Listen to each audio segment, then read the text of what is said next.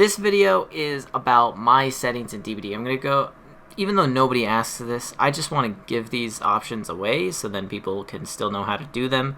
Plus, I'll put links in the description to a video that tells you how to get more than 60 FPS on PC, and a video that explains what I'm explaining, but adds more to it and explains it better, I think. So I'll have both of those links in the description, along with two, maybe 3 other downloads. I think just 2 downloads that will help your game look different as well, or look better.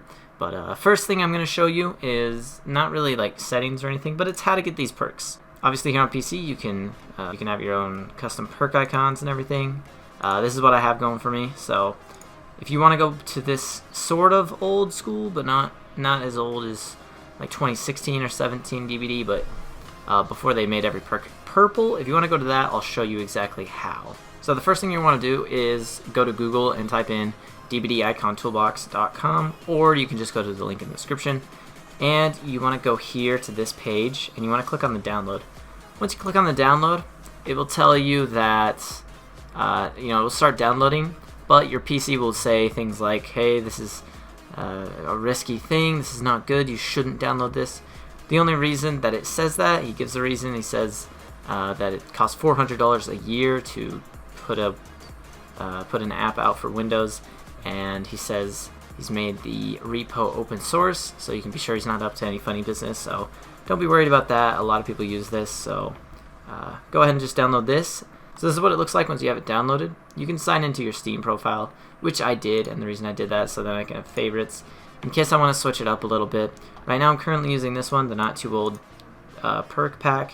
It's by this person and this person. If I want to install this one, I can choose to install just the actions. So this is just going to be like picking up a survivor, item add-ons, items, offerings, perks. I can choose what I want to download. If I want to download everything, then I can click confirm, and then it will just do it for me instead of me actually going in and changing the files. But if you ever want to go back to default icons, you can just click install the default icons, and again, either choose if you only want some of the default stuff, or if you want everything back. But yeah, currently these are my favorites. If you want to find them, they're pretty cool. I personally like the ones that are a little bit different, but they're not too bright and flashy.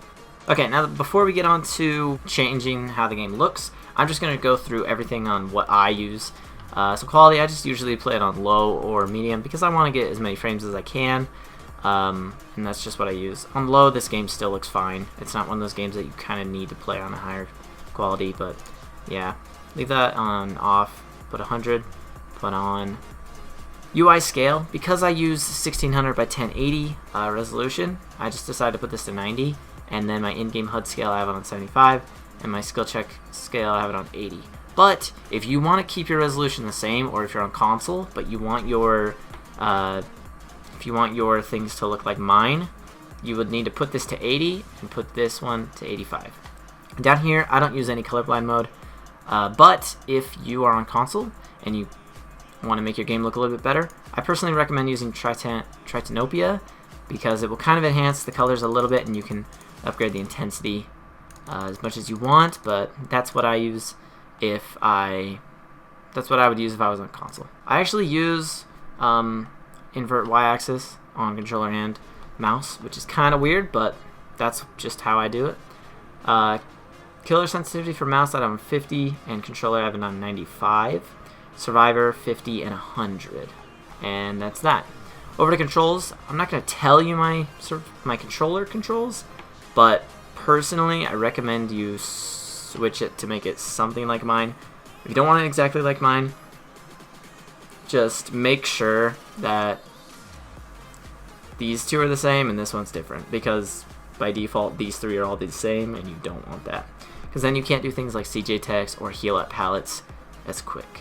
But yeah, so I do WASD. My run, by default it's on left shift, but I had a really hard time holding shift and doing all the survivor movements. So I decided to put it to M4, which is one of the side buttons on my mouse. And my crouch, I just have that on left shift because I'm not going to be holding that down the entire time. Use item, I have it on M1, which is just left click. Drop item R. Pick up item and interactions M2, so that's like gens and picking up items. Space, that's vaulting. Actions, that's vaulting and throwing pallets, that's space.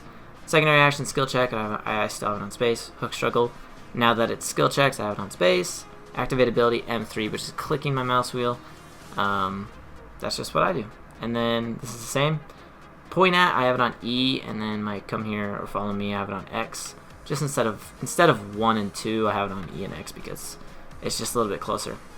Now, if you want your game to look like this, have a little bit better of a widescreen, then let's go straight to it. Alright, so this is what your desktop's going to look like. What I want you to do is right-click and go to Nvidia control panel. This is if you have an Nvidia graphics card. If you have an AMD, I'm not too sure if it's basically the same or if it's a little bit different or whatever, but just figure it out on AMD. And yeah, so on this screen, when you right-click and go to the control panel, just go to Change Resolution on the left side, and then you want to click Customize. Now yours may be grayed out and you may not be able to click this. If it is, come over here to Manage 3D Settings. And now while you're on this screen, go to DSR Factors. One of these boxes will be checked. Just make sure they're all unchecked and it will show off. Once it shows off, then go to Change Resolution and it should be able to be clicked on. So, to do a custom resolution, go ahead and click Customize, then do Enable Resolutions Not Exposed by the Display. Make sure that's checked. And then we're going to create a custom resolution. You can use the one that I have, which is 1600 by 1080, and then you want to leave everything else alone. I think 1600 by 1080 is the most popular, but you can look up what other stretch res options there are, but personally I use 1600 by 1080. So on that screen you want to say like OK and just say I want to use this resolution. Then once you have it, it will be in one of the custom lists right here. I have two of them. I also have 1440 by 1080, but I use 1600 by 1080. And once you do all that and click 1600 by 1080, click Apply, and then click Yes.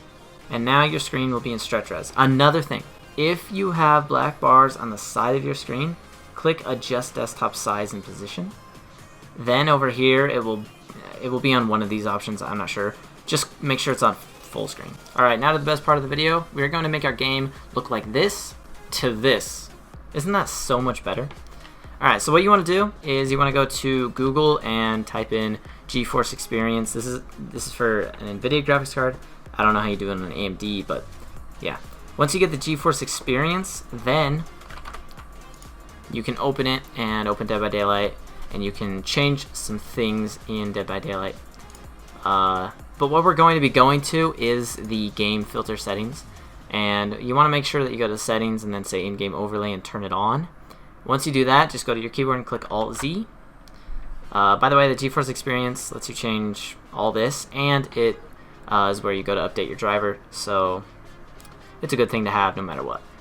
So click Alt F3 even quicker to get to game filter, but if you just do Alt Z, you can be on this screen and then you can click game filter. So again, this is DBD without, this is DBD with. It's just a lot more colorful. You can go ahead and click on add filter, and then you want to find color. But once you find color, you want to put the tint color to 0 and the tint intensity to 0 and the vibrance to 100. Leave the temperature at 0. That's just what I use. And then at brightness and contrast, you want to leave all this the same except for gamma. I put the gamma at 60, so that's just how it looks. And again, this is without everything. This is with everything. I just think the game looks much, much better. Alright, so the last thing we're going to do is getting Reshade. So go to Google, type in reshade.me, and then you want to click on download Reshade and just say that you want to have every single option selected, which will give you just more options in game to make your game look different, and just say that you want everything. Now, once you have Reshade installed, you can go to your keyboard and click the home button. It just has the word home on it. And these are the options that I have selected. I think I have pretty much everything on default, but I'm gonna go to everything and show you what I have. So you can search these up, or you can find them in alphabetical order, but I have Adaptive Sharpen, Lift Gamma Gain, Luma Sharpen, Colorfulness, Clarity, and Clarity twice. So that's what I use. So on Adaptive Sharpen, this is what I have. You can copy this. I'm pretty sure it's just default. And yeah, both the clarities look exactly like this, but I'm going to show you why I have both on. So look, this is without everything, and this is with it. So you can kind of see things look a little different. Not too different, but things just pop out a little bit better with both of them on. So that's what I do. On colorfulness, I think I have everything still default. And then last thing is Luma Sharpen. Again, I think I have everything on default, but this is just what I have, so you can kind of see that things change a little bit different. So if you want to make yours exactly like mine, I think I have everything on default, and I just use Adaptive Sharpen, Colorfulness, and then 2 of the clarities. And once you're done with that and changing all the things, make sure you click Performance Mode. This will just help your frames get a little bit better. So once you're done with Reshade, that's pretty much all I do. There are some other things. Again, I'm going to link a video by Kaido. I think that's how you say his name. I'm gonna link his video in the description of this video, so you can go and check out his, because he does a better job showing all the different settings you can do. What I showed is what he shows, but he shows some other things in the game files, but that's tricky, and I never bothered with that. But okay, that is it. I'll see you guys in my next video.